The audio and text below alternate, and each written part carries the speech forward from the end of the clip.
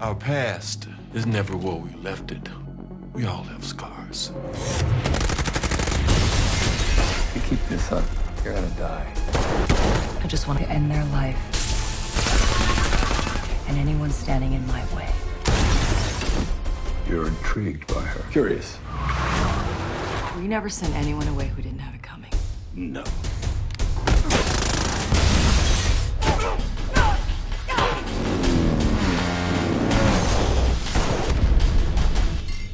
I'd really like to see you again.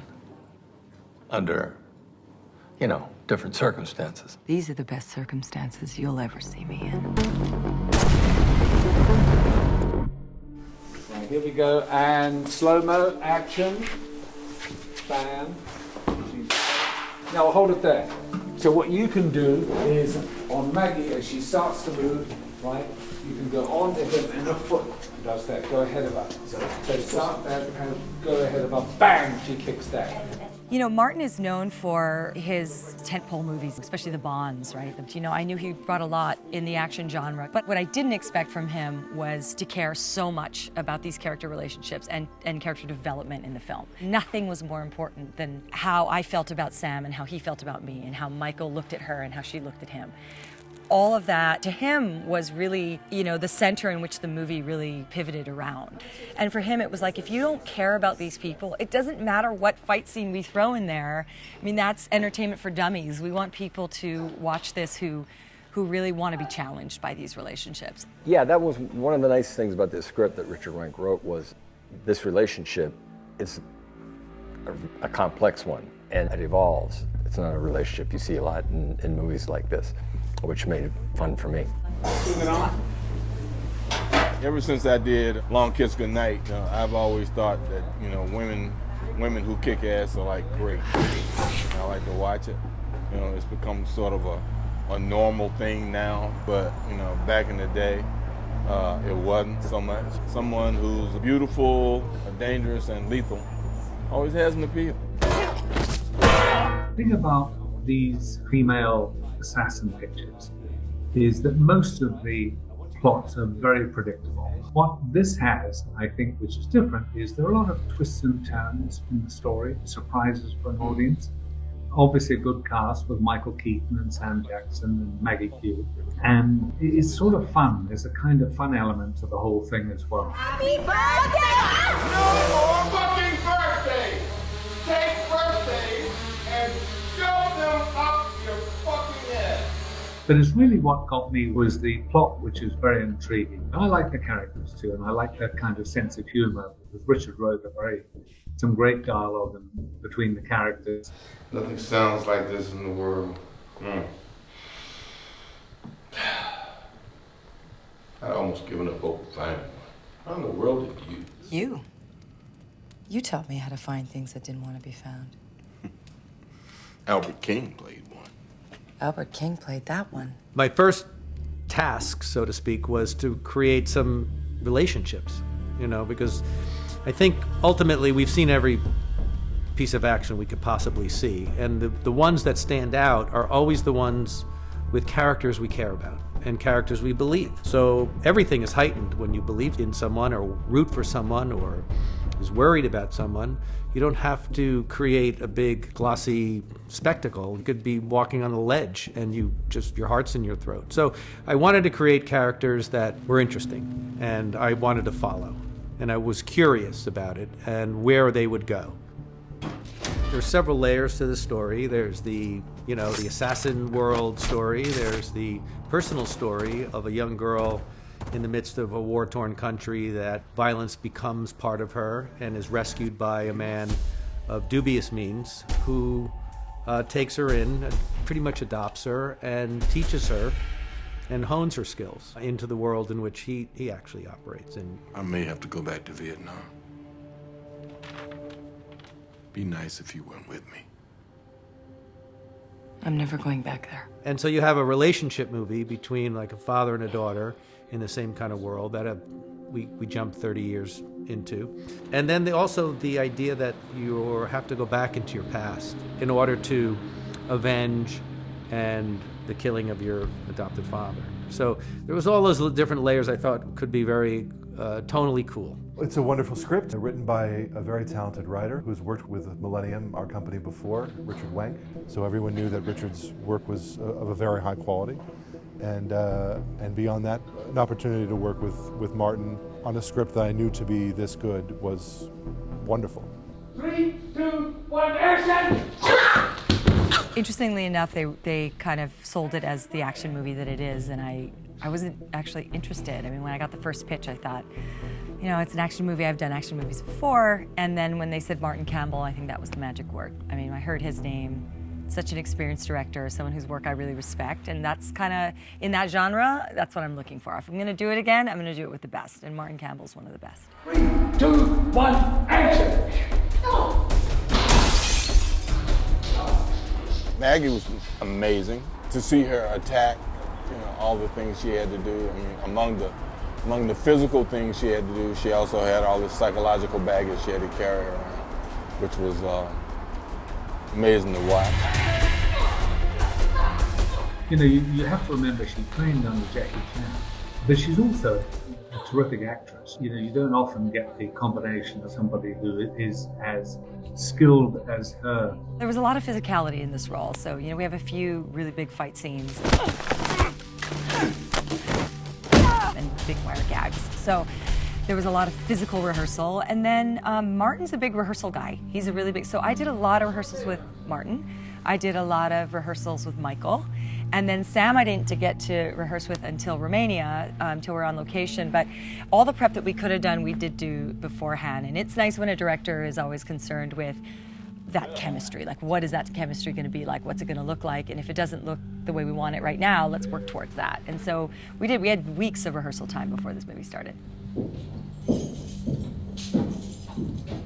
you fell in a pond with those, you'd drown. I fell in a pond myself and I probably float away. She's really great. She's great in this movie. I mean, she's really enjoyable. The stuff between her and Sam Jackson is really fun. Didn't take any, huh? Take what? Money. It was all there, right? We were paid to eliminate a target. We did that.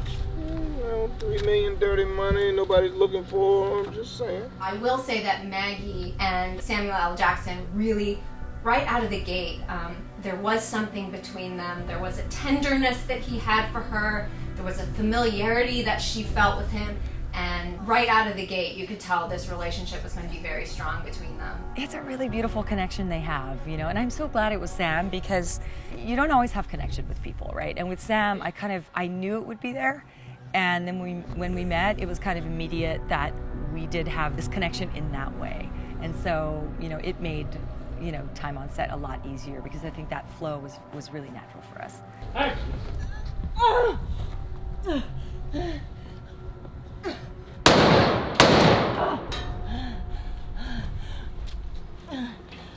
You're just gonna lay there? He's a terrific actor. You know, one of the great things about him is he's a chameleon. He can do anything. In this, you know, he's basically playing a father. It's like a father-daughter relationship. Did you want?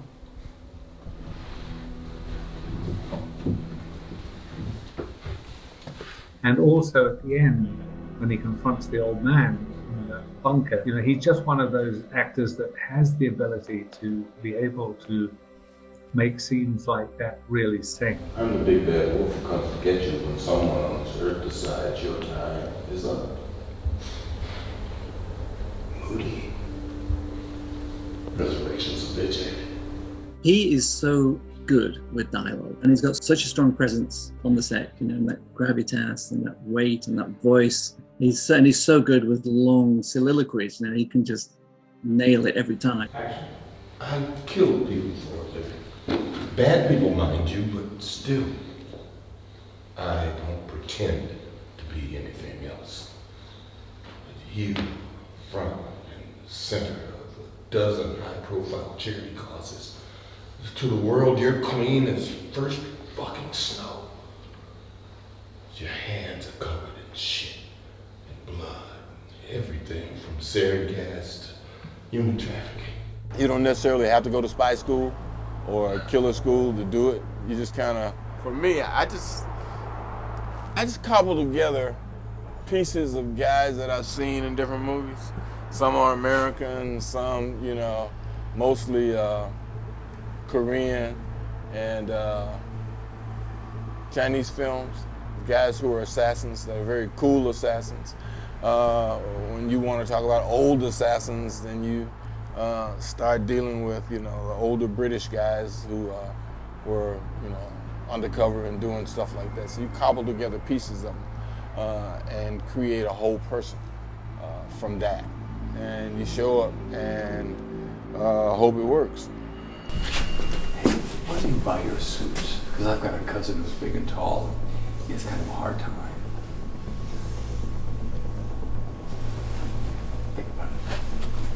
When I first read Richard Wenk's screenplay, I really enjoyed it. I really had fun.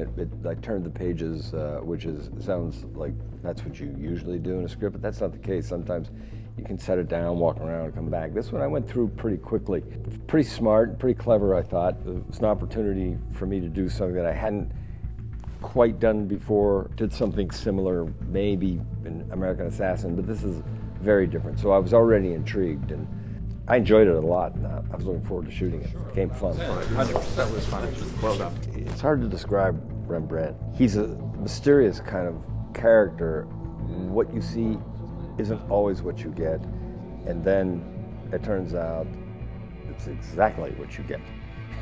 He's intelligent and realistic in that he totally understands and accepts the world in which he lives, which is, you know, in this picture, a dangerous world. He lives among other assassins. And it was really fun to play. He's a very organic actor. He likes to do a lot of takes, and each take really builds into a better and better and better performance. He worked really, really well with Martin Campbell to sort of find the character and work through the scene. It almost makes him look sympathetic. Yes, but it almost starts to make him look more sympathetic. The bigger the prick he is, the more the audience will like when he gets it. He plays it so truthfully. There are moments, for example, at the end where he recognizes her at the gala. Just watch his eyes. You know, what's going on in his brain, right? Just sort of sussing her out and so forth. Very, very clever. You can see it all going on in the eyes, and he's a wonderful actor. That was a long 27 minutes. What I loved about their chemistry in this movie is they're playing a game of wits. And she's highly intelligent, and so is he. And I don't think he's ever met his match in the way that he does with her in this film. And I think that is sort of the crux of their relationship. It's who's going to get ahead of the other, and how are they going to do it? And they both know that they're both capable of it. So it's that game, it's that constant game, and you never really know what's going to happen with them until literally the end of the film. You still, up to the last second, you don't know who's going to make what decision.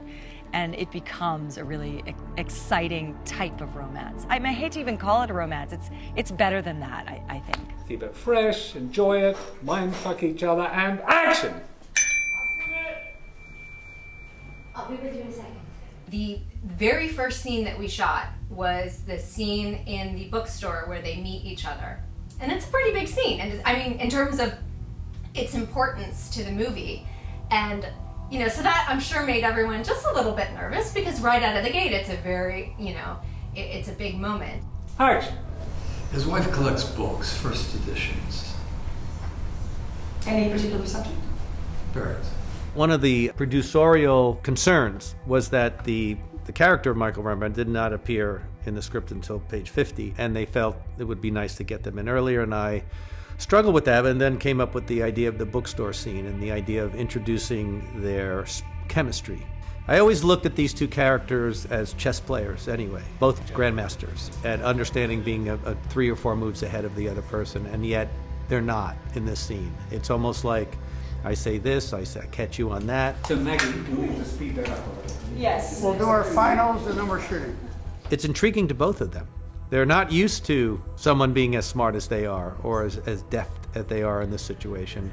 And that's exciting and curious and intriguing to both characters in a way. Okay, no talking, ready, and background action. Action.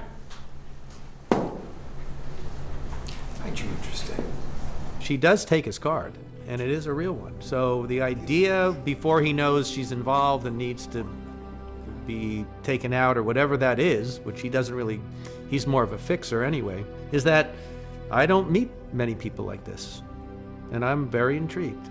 So I like the idea of sort of setting you up as an audience going, I hope I see more of that. Never thought I'd see you here again. Well, maybe you're not seeing me now. Robert Patrick is also in the film as well, so I've got these sort of three men that I kind of, move seamlessly through, and the relationships are all different, but it's all kind of in the same vein, if that makes sense. Robert Patrick, man, that was so funny, because the day I came to work and he was there, and I was like, it's Robert Patrick.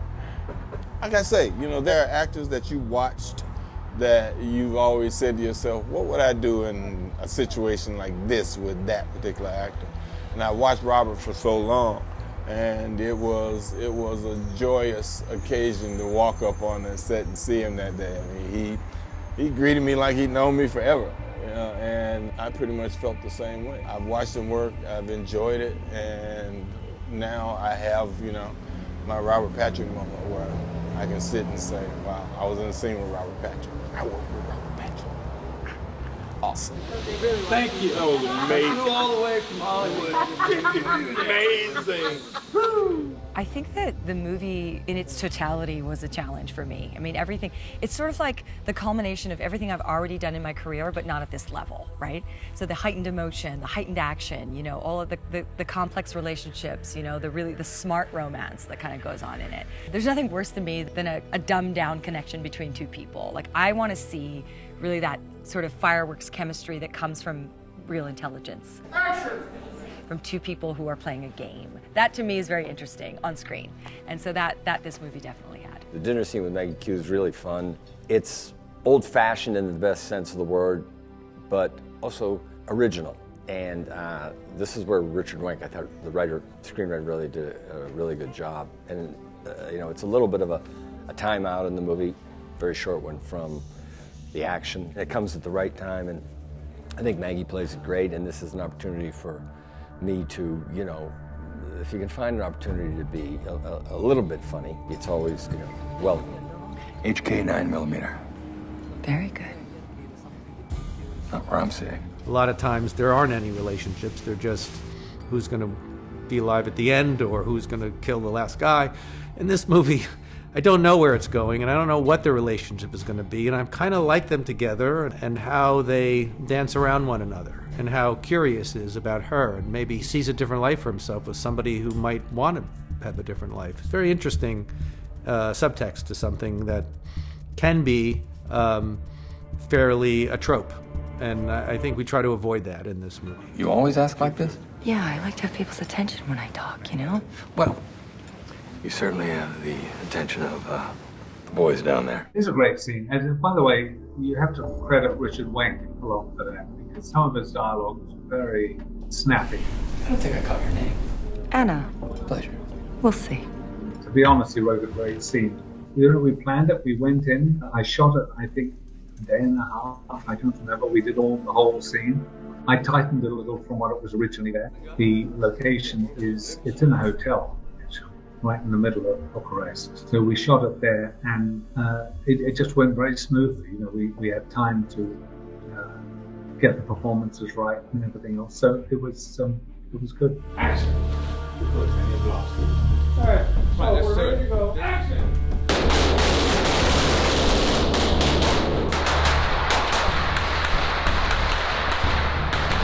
Martin is great. He runs the set with an iron fist. He is a very old school director, and what I mean by that is he is very decisive, very direct, and he knows exactly what he wants, and he's not shy about anything, and everybody's job is to just keep up with him. He's got a huge amount of energy. He's there before anybody else on set planning his shots. He's extremely well prepared. He's thought about everything he's doing before he does it, and he's a commander, like a proper military style commander on the set, and everybody's on board for the ride, and it's great. It's really terrific to watch someone like Martin work. You'll have hot guns, you'll be pointed up. We cue the water when it's at full blast, okay, and it's going everywhere. The water's at full blast, action, right? What you do is you fire your guns, then you start reacting to the water, all right? You start reacting to the water, where the fuck is it coming from? It's the sprinklers. You do your backing up. You. Where the fuck you going? Where the fuck? Where the fuck are you going? And Martin, he is an all-rounder. He's very strong in all areas. Again, unusual. This is Martin's unique thing. What makes Martin Martin? He very strong with the writer. He works with the writer right up to shooting. He was so inclusive of me and so collaborative. We would meet here at my house in my office and for 8-10 hours a day, go through the script. I'd make the changes, we'd go through it again. When he went and scouted locations, he'd call me and said, I found this instead of that. Can we make that work? What do you think? I was able to give my opinion, whether that would upset something later or whatever, which often happens. And so it was such a lovely process to work with a talent as accomplished as he is. With camera, very, very knowledgeable. He started donkeys years ago at the BBC, as a camera operator before he became a director at the BBC.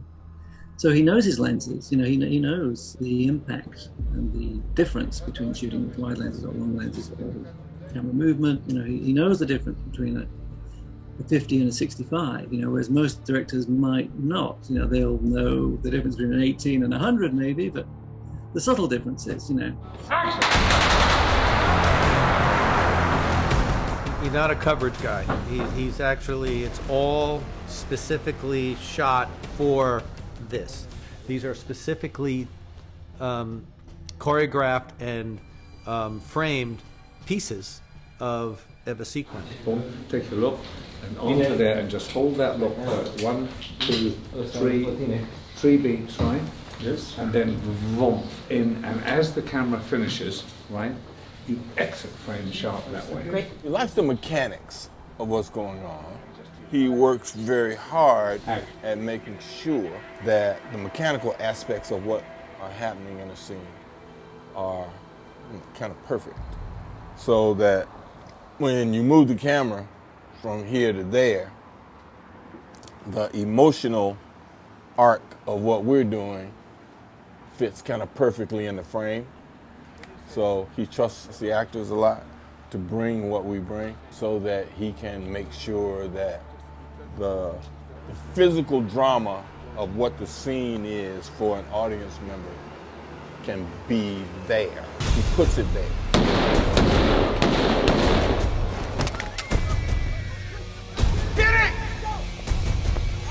Detail oriented, which is great, because I sit at home and pick films apart all the time. It'd be hard to do that in one of his films. Exactly, yeah. Okay, and then give this moment. This moment is important. Yeah. This is like really money moment when you see that in the big danger. Then right away for the chin.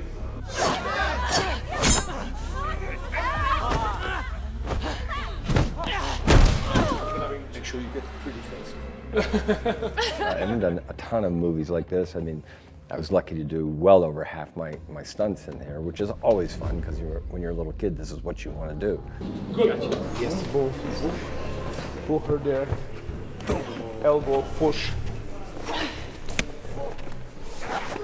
Nice. Pull it and big move. Yeah. Nice. Twice. It's more than enough.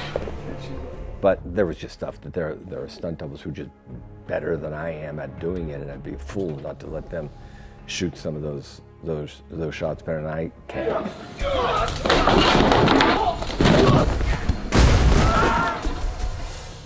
You can't see the joins really. He's very good, and he's not. To be honest, he'd be the first to admit he's not as good as Maggie, because that's what she's brilliant at.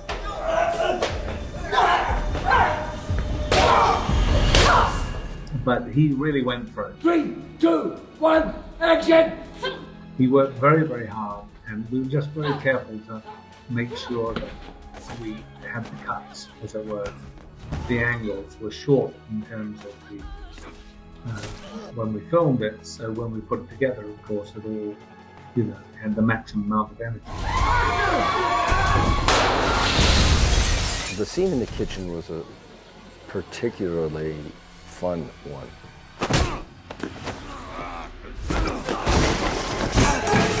brutal. You know, my character is badass in that scene.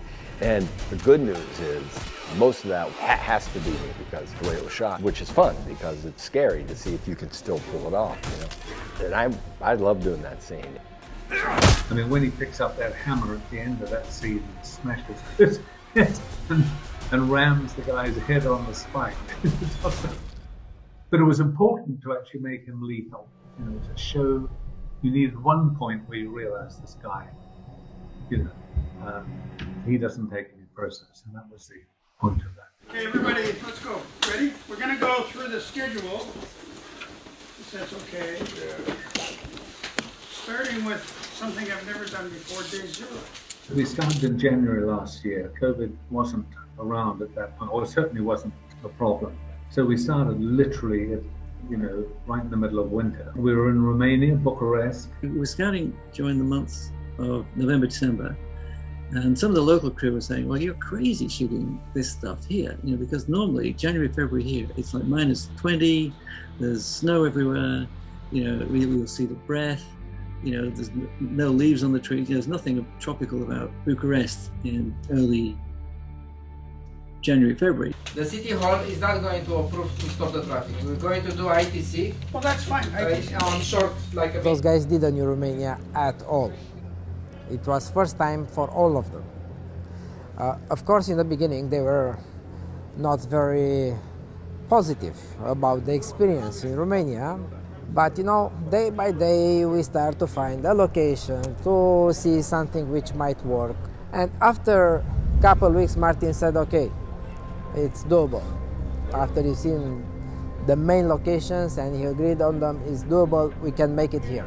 Well, it was interesting because what you need is a production designer who is very clever about the way they do this. And we had two major locations. One was Ceausescu, who was the dictator, if you remember, in Romania before they shot him. He had a big country kind of estate with a house, which is where we made the exterior of the old man's house. Snagov Palace, Ceausescu's Snagov Palace. We transform it in a rich guy compound in Vietnam somewhere. So we are able to turn all those interiors, to dress them, to look like Vietnam, to look colonial. And inside were paneled rooms which we used for the scenes with Sam, which Wolf and his team all dressed rather wonderfully. And we used that for all sorts of things. We had the gala there. So the great thing was centralizing the locations that we could use for multi-purposes. We actually used Ceausescu's town villa as well, which is the one where the swimming pool is at the beginning of the movie, where she kills the three of them. We did scout Vietnam, and that was fantastic. We went there for a week, and we found a whole bunch of locations. Now, the thought was that some things could be fudged in our main shooting location, which was actually Bucharest in Romania. So in some interiors, some alley sequences that we could sort of control more easily. We had to recreate a street from Vietnam in Bucharest in January. Originally, in the prep, that was sounding crazy, completely crazy. The biggest luck we had is that we found a location. It's a Mătasa Populară. It's a textile factory built in 1930s. And right now it's pretty run down. It's just before demolition. Fantastic alley set that Wolf built, you know, and you know, hats off to him. It was amazing with the fruit and the vegetables and the animals and the painted murals on the walls, and they put the thatched roofs on, and the lampposts. You know, did an incredible job. And we shot probably 4 or 5 scenes. And we shot it to pieces. We shot up and down and long and wide, and to take advantage of it, you know. And that was all shot in Bucharest in the winter. The toughest part for us was probably the weather. And I say that knowing how lucky we really got. So much of what we're shooting here is meant to be in Da Nang, Vietnam. And of course, we're in Bucharest in the winter. So things could have been worse.